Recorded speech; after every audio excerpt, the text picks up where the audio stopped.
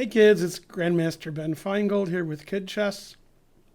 And this again is a game of first world chess champion Wilhelm Steinitz. And it's an amazing game, and it really punishes his opponent for not castling and moving his queen out too early. Stuff that we tell you guys all the time. Okay, so Steinitz played the Scotch Gambit, which looks like he's going to play the Scotch with d4, but then instead of recapturing, he plays bishop c4. So white's down a pawn, but white has excellent chances to get his pawn back. White has a lead in development. White's ready to castle and black's not. Now here, there's two moves that grandmasters often play with black, knight f6 and bishop c5, obviously developing minor pieces.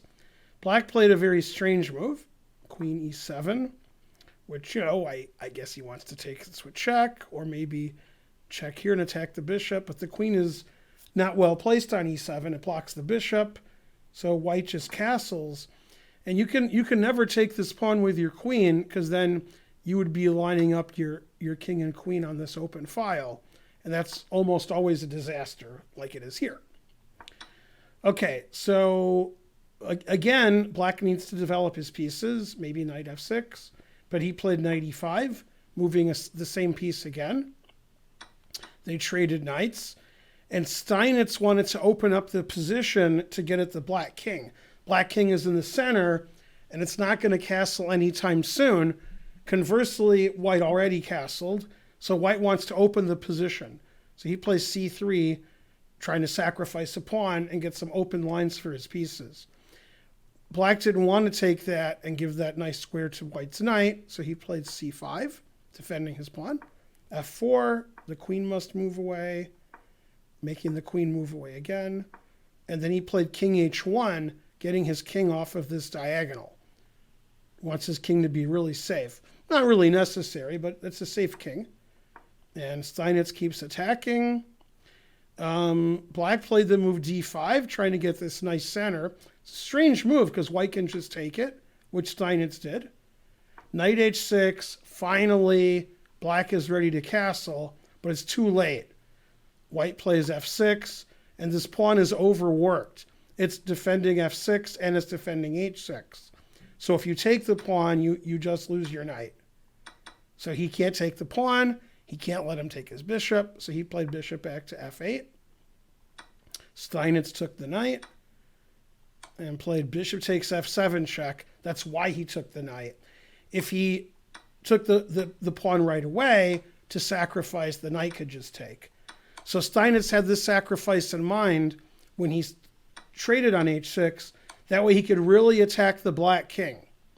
And so he took queen h5 check, and the king is in a lot of trouble. Now, either way he goes, he's losing. It's good he chose the way that he did. It's more exciting for us. After king to g8, we just bring another piece into the attack. We can play rook f3, threatening rook g3 check. And that's not good. Or white could win the queen by playing f6, f7 check, rook f6, threatening queen takes h6 mate, and rook takes queen. So black would have to give up his queen. Okay.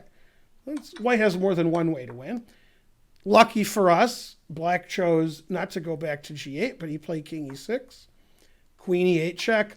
You don't see games like this today. Grandmasters usually defend a little better, and they don't move their queen every move in the opening. But in this game, black did do that, making a lot of queen moves, and now he's getting punished by probably the world's best player. King to d5. C takes d4. He wants to get his knight into the game. Obviously, with the king on d5, black's not going to last very long. Bishop e6. Knight c3 check. King c4. And now an amazing move from Steinitz. Just incredible. Now, obviously, many moves win for white, but the queen and the rook are attacking each other. White could play queen a4 check. White could play queen takes rook. But Steinitz chose a really nice way to finish the game off. He made a move so he could attack the black king and the king couldn't escape. He played d5. This is a very funny move. The idea behind d5 is basically to play rook f4 check. And obviously, You can't play rook f4 check if the pawn's on d4. That blocks the rook. So d5 is a funny move. It gives away the white queen, but rook f4 check is such a strong mating attack that it doesn't matter what black does here. Well, if you're going to lose, you might as well be up a queen. So he took the queen.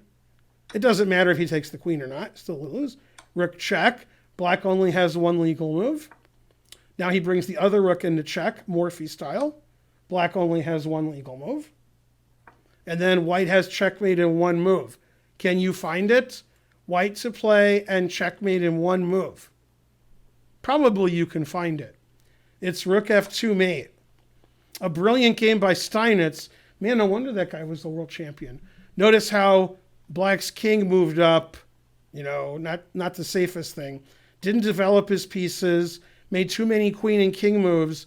Steinitz controlled the center and used all of his pieces to attack while his king was nice, safe, tucked in the corner. What you need to learn from that game is you should almost always castle. You should have a safe king. You should control the center. And you don't want to walk your king up the board in the opening and middle game because you can get checkmated. And some of the players 100, 150 years ago, they didn't have all that knowledge. So sometimes their king was walking up the board and they were like, yay, I'm up a bishop. And then they got checkmated.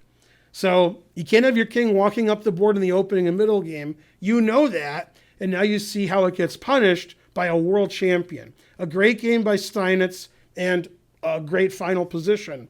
Maybe not for his opponent, but a really nice attacking game.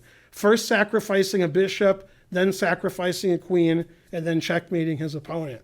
Very nice play, using all of his pieces to attack his opponent's king. Very good.